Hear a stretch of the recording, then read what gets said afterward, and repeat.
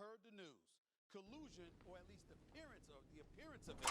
I don't know how much time I gotta hurry. Hold the elevator! Wait, hold the elevator door!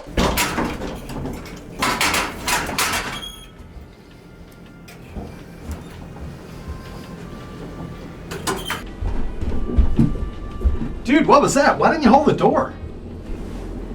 Excuse me? I said, why didn't you hold the door? I called out several times, man. You almost broke my freaking arm here. Yeah, I couldn't hear a thing. I had these in, man. As a reminder, Catholics protest was hijacked.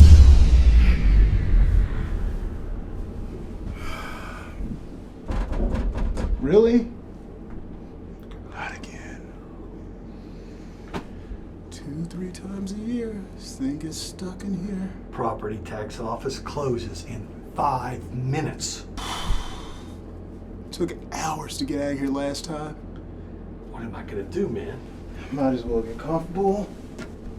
Oh, man.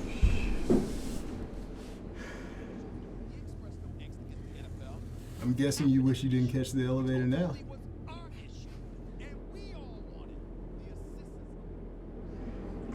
I guess you got a point.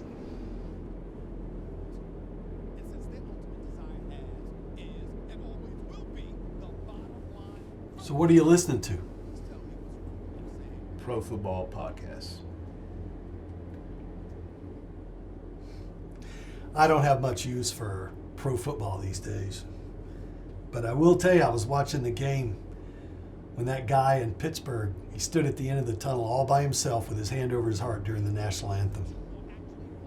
That took guts. So, do you think the rest of the guys were cowards? No, I don't think they were cowards. I just thought it took a lot of guts for him to do that alone. So, I take it you're probably not a fan of players that kneel. Well, I mean, I've got good reasons. I mean, think about it, the military.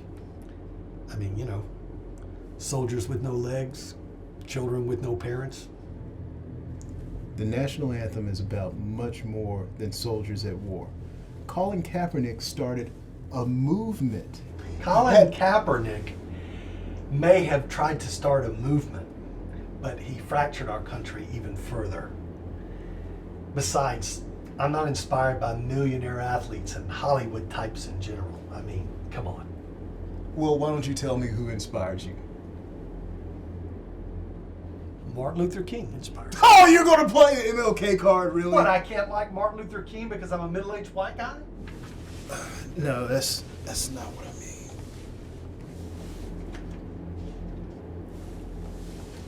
This is my family. You have a very beautiful family. You should be proud. As for me, I'd be happy to show you mine, but I'm a little bit disadvantaged in the phone department. Yeah, that is a relic.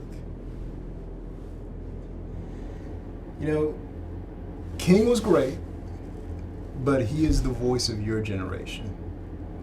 Guys like Kaepernick, LeBron James, they're more the voice of my generation. Your generation. I'll tell you about your generation. My experience has been they love to share their worldview, but the very minute someone challenges that with a different opinion, that individual suddenly gets called a racist. Police brutality is real. I've been pulled over for the crime of driving while black. That is scary, and it is uncomfortable. I'll tell you what's scary and uncomfortable. On the way over here today, I stopped at an ATM to get some money to pay my property taxes, and 3 black gang members stood on the corner and threatened to take my money. They threatened to mug me, and I'll tell you, I understand scary and uncomfortable. And how do you know that these gentlemen were gang members?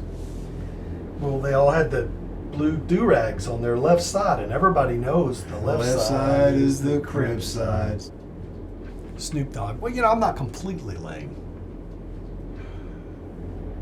Well, the interesting thing about this is,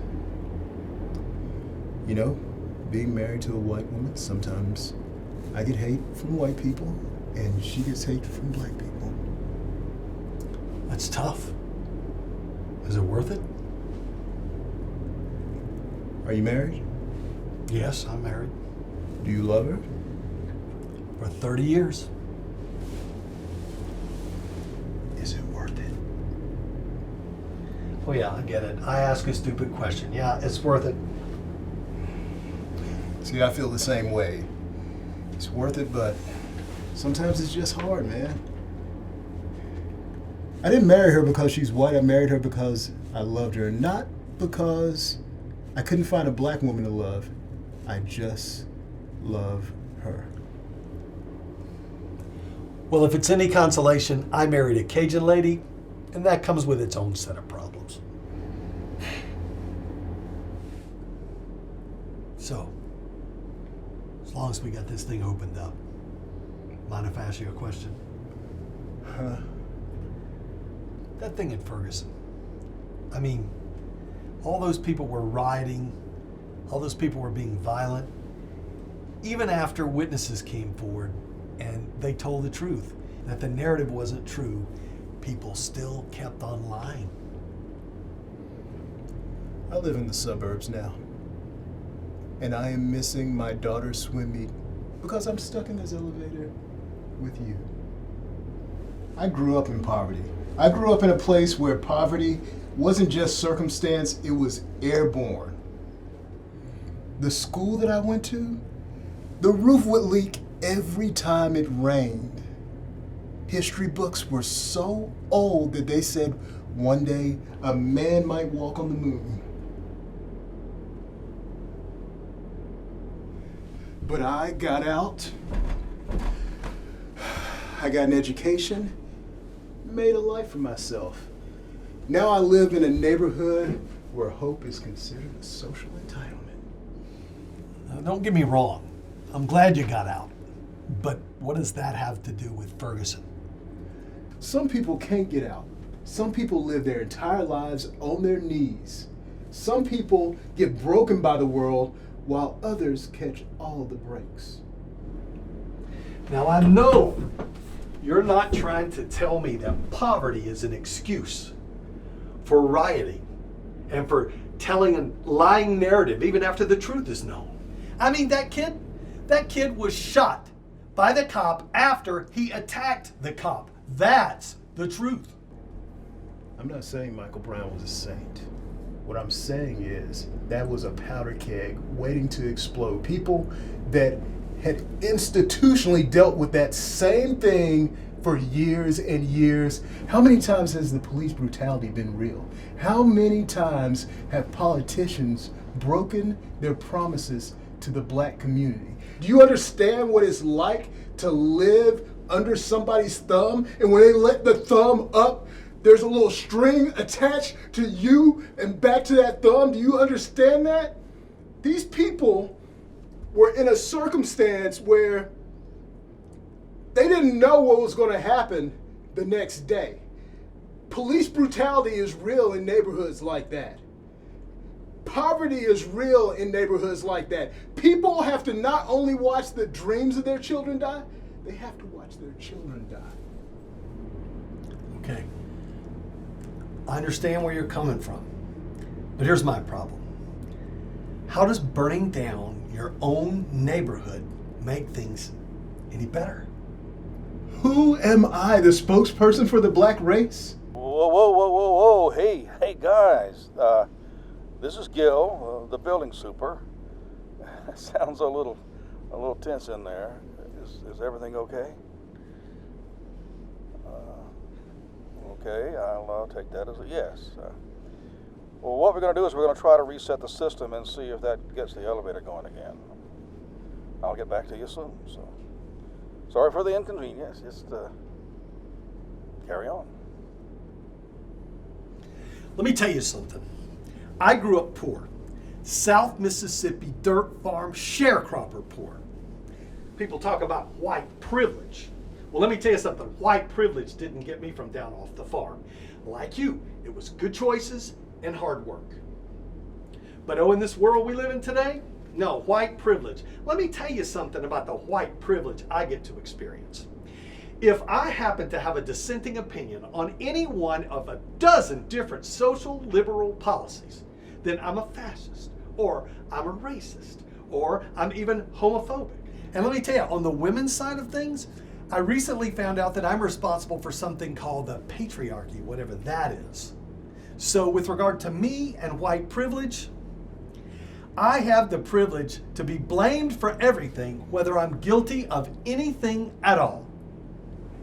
You have the audacity to tell me that you have never reaped the benefits of your white privilege? Are you trying to tell me that affirmative action doesn't play a role in job hiring 50 years after the Civil Rights Act was signed into law? That's the problem. What's the problem? You can legislate, you can sign into law, but you cannot write on the hearts of men.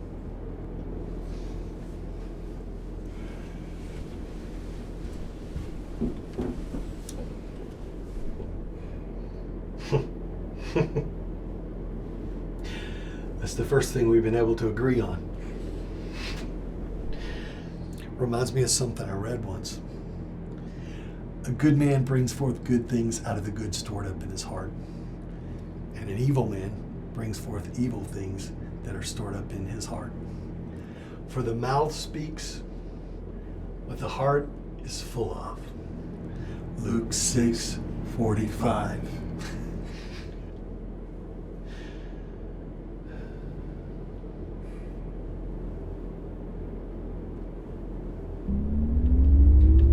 Hey, well, everything's back to normal now. Okay. The elevator should open in just a few seconds. Thank you.